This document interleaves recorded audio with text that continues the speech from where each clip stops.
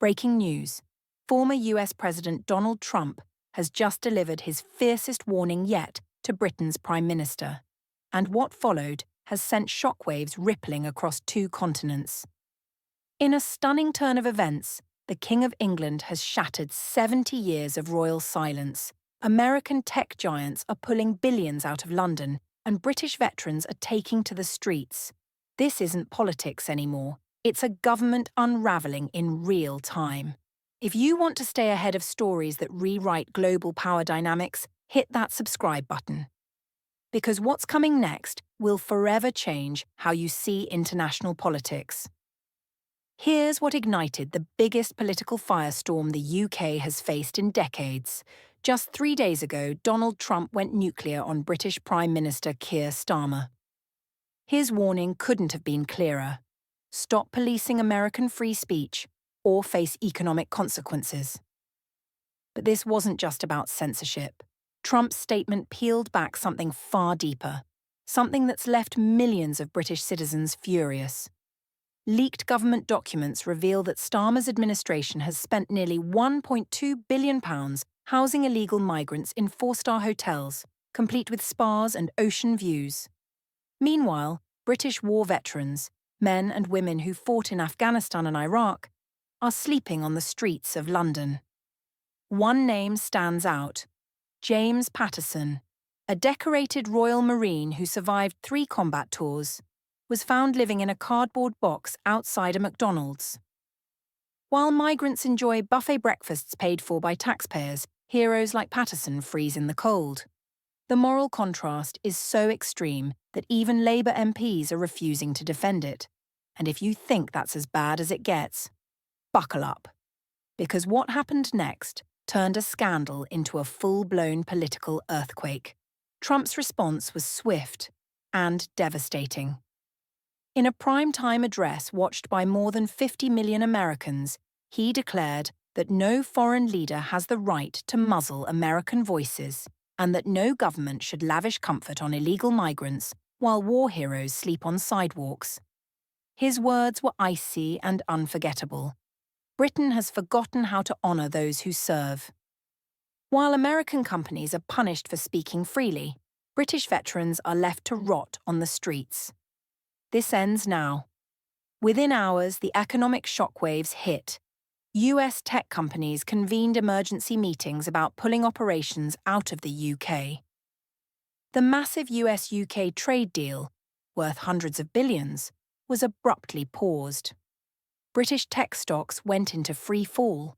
Billions of pounds evaporated from the markets in less than 2 days. And then, something absolutely unprecedented happened. The King of England, who for decades had avoided all political controversy, shattered royal protocol with a statement that left the entire political class in disbelief. At a veterans' charity gala, King Charles III delivered what commentators now call the most politically charged speech of his reign. With unmistakable emphasis, he declared, "Those who have served this nation with courage and honour deserve our care, before all others." The audience fell silent.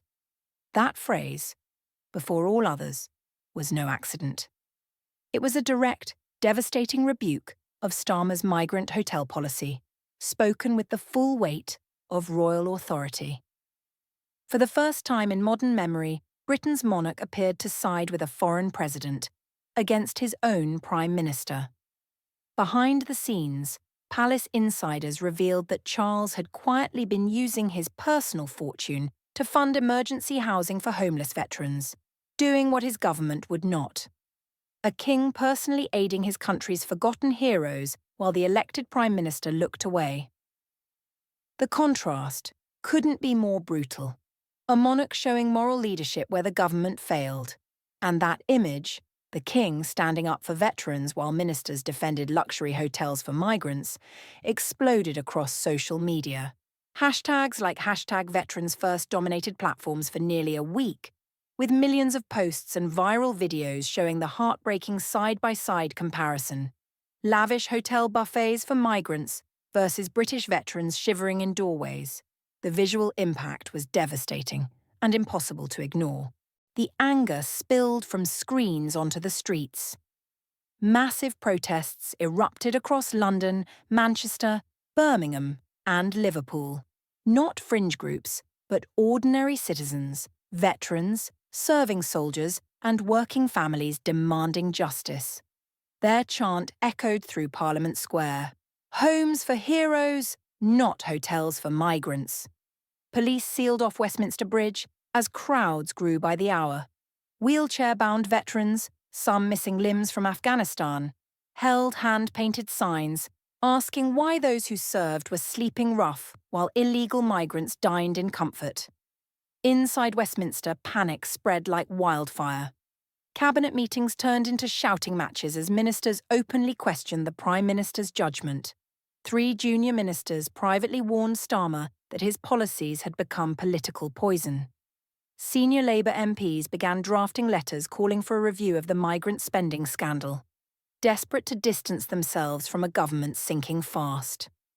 More than 40 backbench MPs have now publicly condemned the hotel policy. Meanwhile, Nigel Farage and the Reform UK Party seized the moment. Their Veterans First campaign surged 8 points in just 1 week as traditional Labour voters fled in droves. But the chaos wasn't confined to Britain. Across the Atlantic, the diplomatic fallout deepened.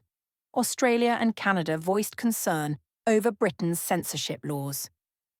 Even officials in Brussels quietly wondered whether the UK was drifting toward authoritarianism.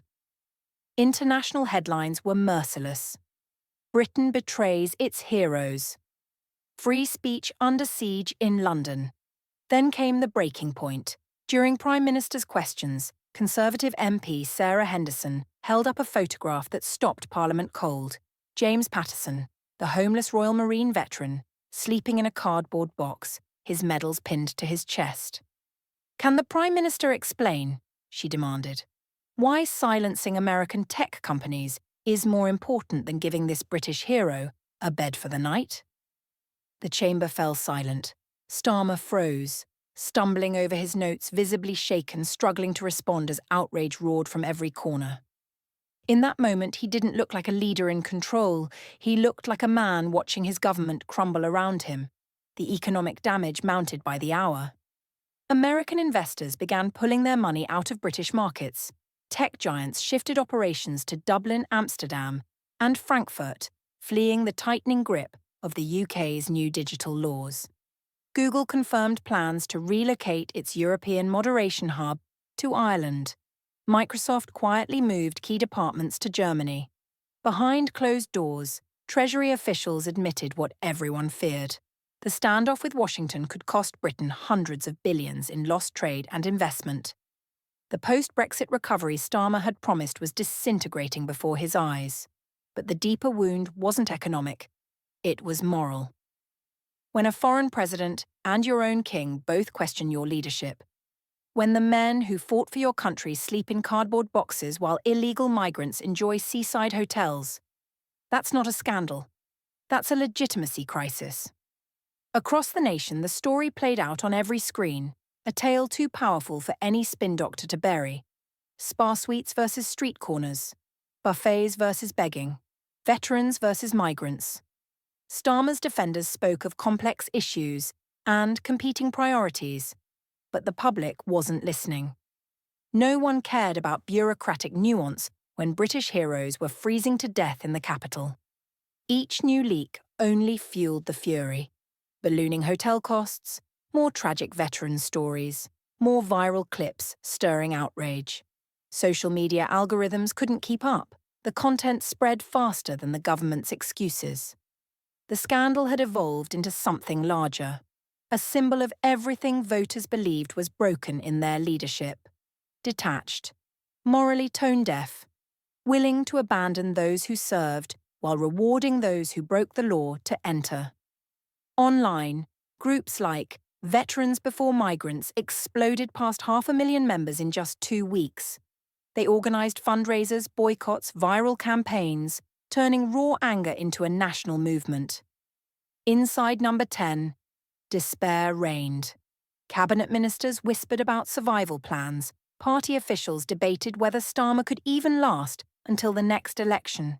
Some quietly urged him to step aside for the good of Labour. Analysts agree. His leadership is finished. The only question now is whether his government can survive another month before imploding entirely. Britain is watching a Prime Minister self-destruct in real time. This crisis will be remembered for generations, a case study in moral collapse at the highest level of power. At the centre of it all stands a man isolated, desperate, and defeated. Trump's warning wasn't just about free speech or trade, it was about leadership, about moral clarity. And on that front, Starmer has failed so completely that even his own monarch sided with a foreign president over him. That's not political defeat. That's historic humiliation, the kind that defines legacies forever.